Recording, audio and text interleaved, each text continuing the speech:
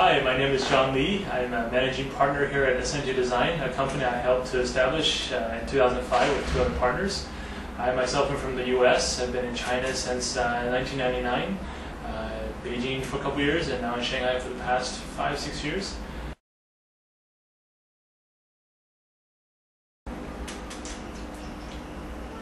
What are the hardest parts about operating in China to be creative? Like how do you come up with new ideas, fresh ideas on a regular basis for your clients? It's actually not that hard. I mean, the reality is, again, that's why we have a team here of consumer researchers, consumer insights team. They are the core, the foundation of innovation, because it's by understanding consumer needs and not only from a specific emotional or psychological need, but also sort of environmental needs and everything that comes together that allows you to identify opportunities. And once you identify those opportunities, that's where you can then say opportunities, whether it is a recognition of a new opportunity for design or mainly identifying the problems that one faces. It's in those identification of problems that you then have your brainstorming for your design solutions that you can then come up with innovative new ideas. So to take that one step further is that once you have identified those problems, then that's what can help you identify a product portfolio strategy, and with that your marketing, communications, and everything just falls very clearly after that. So it's not so much a question of how do you come up with a new idea, but rather can you understand and identify problems better so that you can then come up with solutions better.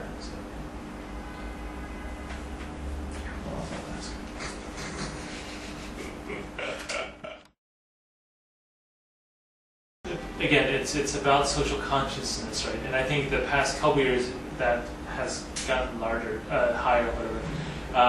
And you are starting to see companies like Samsung and whatnot starting to innovate with those concepts in mind, a complete green phone, a complete whatever. But unfortunately, green is more of a marketing thing. And unless you truly have your company as one of your core components of developing for green, it's unfortunately, if in another year or two green is no longer the buzzword, I have a feeling that, again, green is about economics, right? And to be green sometimes costs a little bit more upfront. So that economics alone, especially in China, doesn't really fly that well. So unless the government says, okay, it has to be this way, or unless people can use that as a marketing lever to say, I'm completely green, buy me, as a branding piece. It's green is a tough challenge, I think. Nokia was one of the early guys, especially in the phone industry, of having that common platform that you simply change the skin and you can resell as another product. But that's on a very economical point of view, from a business model point of view. It's not from a green point of view. From a green point of view, there's a lot you could do if, again, you have that as an initiative from the top down, and if it's a design-led strategy. So it could go very far. The question is, are the companies aligned to agencies like Dell? They put business cases around each product, and then they calculate, okay, for this distribution channel, these margins that have to this and that, based on the business model, the product cost has to be a certain amount. And when you're then competing with other people who are not using recycled PP stuff, you're at a disadvantage. Right. So therefore, the economics of it come back to play to say that. But if they can put branding and marketing behind that to say that we're better because of this, then consumers may say, okay, because of my consciousness, my conscience, I will spend an extra $10 to buy this product. The other question is awareness, where at the point of the sourcing department, so they know about these materials and how available are they. The biggest thing, especially with consumer electronics and the big volumes that they are produced in, if you have a component that's suddenly not available for even a week, that's millions of dollars of sales lost. So it's what's the availability of that material, that component, and those are all factors, I guess. But yeah, developing a product at a big company like Dell is a multi-department thing that, unless again the CEO on down has this sort of mandate. It must be green. Then it really has to come from that level. So.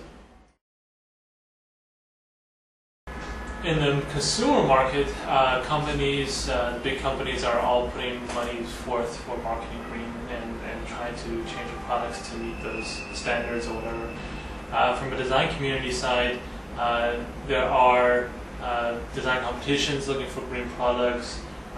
There are universities trying to talk more about green. It's very much that type of level, more of the a couple of people who are interested form a group to talk about green. So it's that kind of level of discussion.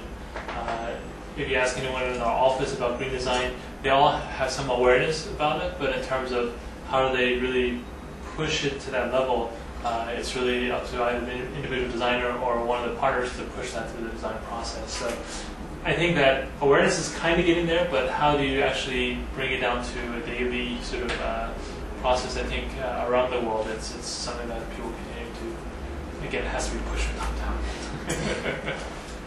Fair enough. Is that it? So, one go-to resource, and it's very much the design team, design company, designer themselves going out to look for that information. So I think that looking into the long term, especially in China, it's about bringing that education into the system. It's about developing that consciousness, that awareness to this